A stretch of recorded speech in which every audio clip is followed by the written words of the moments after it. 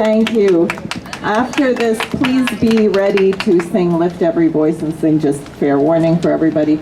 So as he said, I'm Diane Sayre. I am an independent candidate for U.S. Senate, and we are here for International Peace Day, which began in it was agreed upon in 1981. The first one was 1982, following a very large 1 million person march in June in Manhattan against nuclear weapons.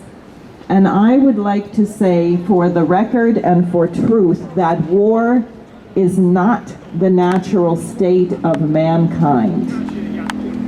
If it were the natural state of mankind, we would have been born with very long claws and sharp teeth and thick fur and big ears and have been able to fight. We were not born to do that. We are human beings, and as the poet Friedrich Schiller said in his poem, The Artist, you were born for that which is better. Now, the demonstration in 1982 was about stopping nuclear weapons, banning nuclear weapons. After the Japanese surrendered, General Douglas MacArthur on the battleship Missouri, who had not been consulted, he was told not very long before the nuclear bombs were dropped on Japan because they were already negotiating the terms of surrender. And when he saw the devastation caused by those bombs in Hiroshima and Nagasaki, he said, mankind must come up with a better way to resolve conflict. That if we do not figure out how to solve our differences without war, then Armageddon is upon us. And that he said what is needed is a spiritual recrudescence, that the brilliant progress of science had somehow outpaced the progress of human culture and morality. We seem to be at that case today. Now, just because of where we are, I would like to share a little story which many of you may know, which is the story of Solomon. Because in this proxy war with Russia, at least 500,000 people have died.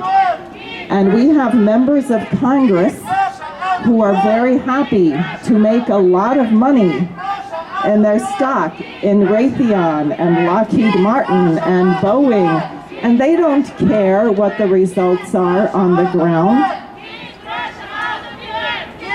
There was a very wise king named Solomon. People here may have heard of Solomon.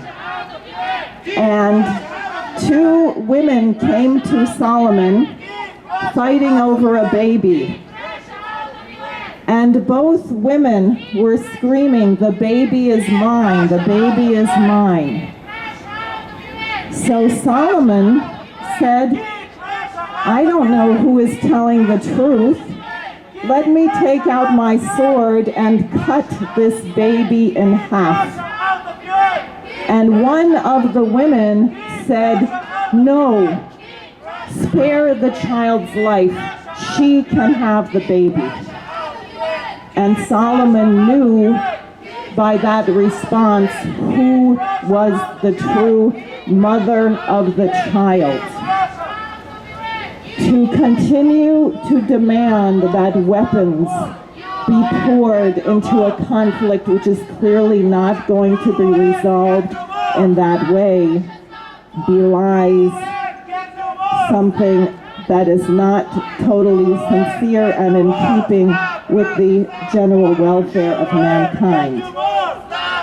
I learned there is something careening in our direction which may allow us to solve all of this, which is an asteroid.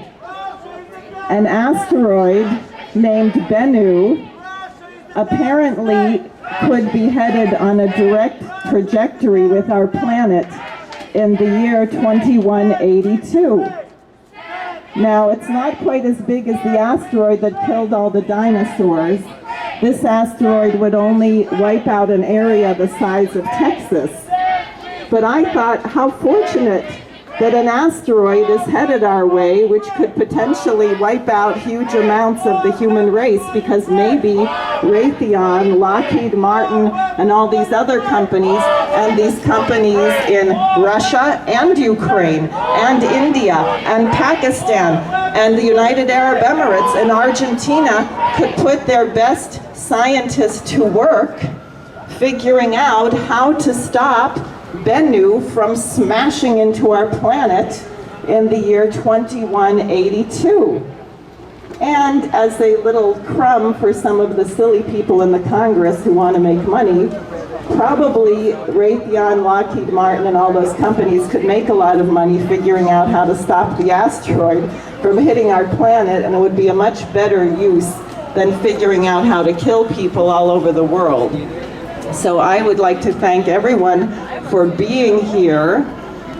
We must do better. Mankind must become better. We must hold our elected officials responsible. We must remember the words of General MacArthur. There are no survivors in a nuclear war. We have it in our power to bring about the annihilation of everything on Earth that we hold dear.